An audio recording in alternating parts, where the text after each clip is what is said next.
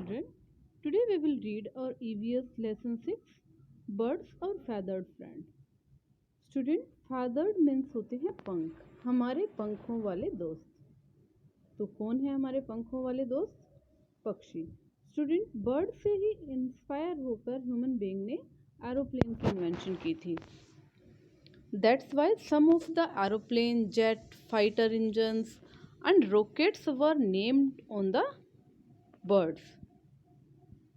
यही कारण है कि जो ज़्यादातर जो प्लेन्स होती हैं, जेट होती हैं, रॉकेट होते हैं, उनके जो नेम हैं वो बर्ड्स के ही नेम रखे होते हैं, like Kingfisher and P-30 hawk. और इवन स्टूडेंट्स, जो नासा का जो एडवांस टेक्नोलॉजी से जो रॉकेट बना है उसका नाम भी फ्लैकेन 9, जो एक पक्षी का ही नाम है, उस पर रखा गया है.